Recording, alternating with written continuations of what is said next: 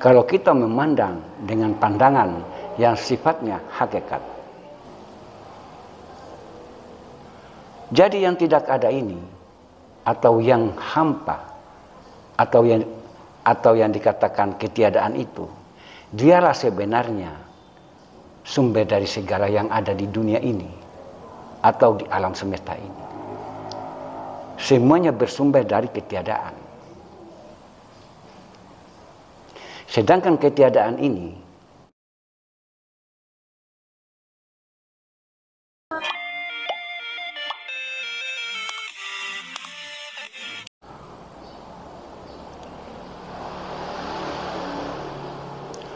menurut pandangan secara hakikat, sebenarnya kita ini tidak ada. Tidak ada kita ini sebenarnya.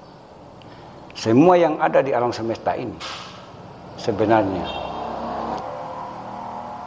hanyalah kekosongan, hanyalah kehampaan sebenarnya.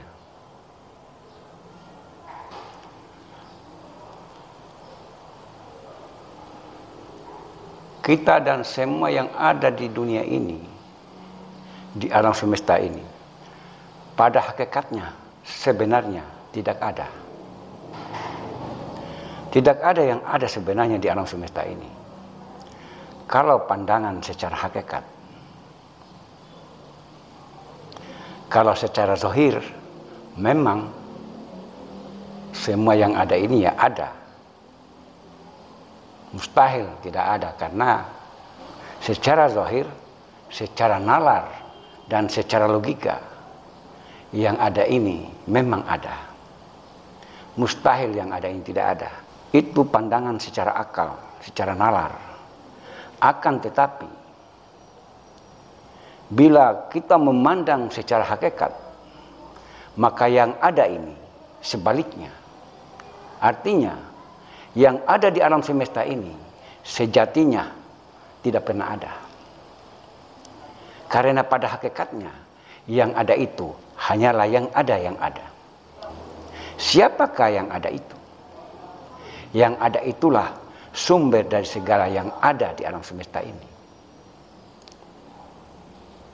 Itulah dia yang kosong sebenarnya. Yang hampa, yang tidak berawal, yang tiada berawal dan tiada berakhir.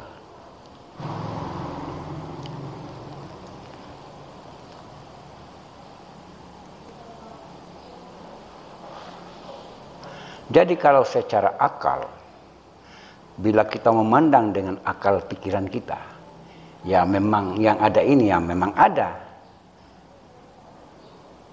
Tidak bisa dipungkiri. Dan setiap yang ada, kalau menurut pandangan secara logika atau nalar,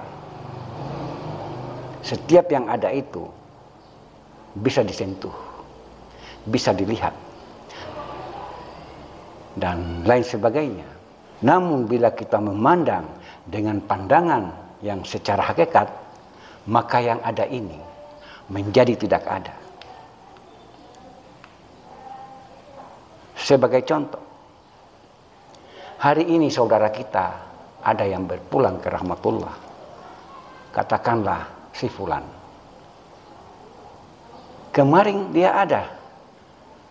Bahkan sering kita ngobrol bersama saudara kita itu.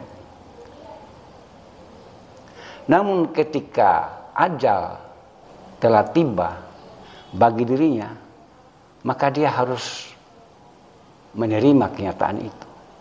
Artinya berpulang ke rahmatullah, kembali kepada asalnya yang tadi itu adalah tiada. Karena dari awalnya si fulan tadi memang tidak ada. Dia ada karena diadakan. Makanya dikatakan dia tidak ada karena dia ada di dunia ini karena diadakan. Dari tiada menjadi ada. Kemudian menjadi tiada.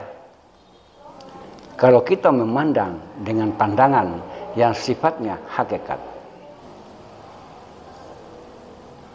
Jadi yang tidak ada ini, atau yang hampa, atau yang dikatakan ketiadaan itu, dialah sebenarnya sumber dari segala yang ada di dunia ini atau di alam semesta ini.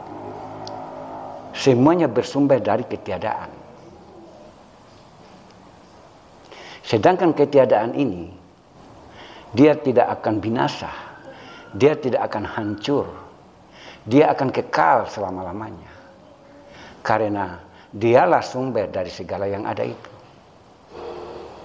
Mustahil bila sumber dari segala yang ada secara hakikat akan mengalami kebinasaan atau kehancuran. Namun yang ada, yang bersumber dari ketiadaan tadi, wajar bila dia akan binasa.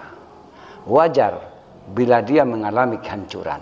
Karena memang dia diadakan oleh yang maha ada tadi. Jadi pandangan yang bersifat hakikat ini memang sulit dinalarkan. Hanya orang-orang tertentu, hanya orang-orang yang sudah tercerahkan, yang bisa memahami kajian tentang yang tidak ada sebagai sumber dari segala yang ada di alam semesta ini. Makanya, bagi yang belum bisa memahami tentang kajian ketiadaan adalah sumber dari segala yang ada, wajar. Karena mereka belum bisa memahami, belum bisa mengerti tentang kajian yang bersifat hakikat. Itulah perbedaan antara yang masih awam dengan yang sudah tercerahkan atau yang sudah mencapai maqam ma'rifat, yaitu mereka yang sudah mencapai kesadaran murni. Jadi mereka yang sudah mencapai kesadaran murni ini, mereka di alam semesta ini, di dunia ini maksudnya, mereka menerima hidup apa adanya. Sabar ketika mendapat musibah atau bencana. Mereka tidak mengeluh. Karena mereka memahami, mereka mengerti tentang apa yang terjadi di alam semesta ini. Termasuk musibah yang menimpa diri mereka. Seperti itu. Sedangkan mereka yang belum mencapai tingkatan ini, yaitu tingkatan makrifat, mereka terkadang mengeluh atas apa yang mereka alami. Disinilah perbedaan antara orang yang sudah mencapai dan yang belum. Jadi alam semesta ini, seperti yang saya katakan tadi, sebenarnya adalah kekosongan, kehampaan sebenarnya. Tidak ada yang ada sebenarnya. Akan tetapi, yang ada itu hanyalah yang maha ada, yaitu Tuhan pencipta alam semesta sebagai sumber dari segala yang ada.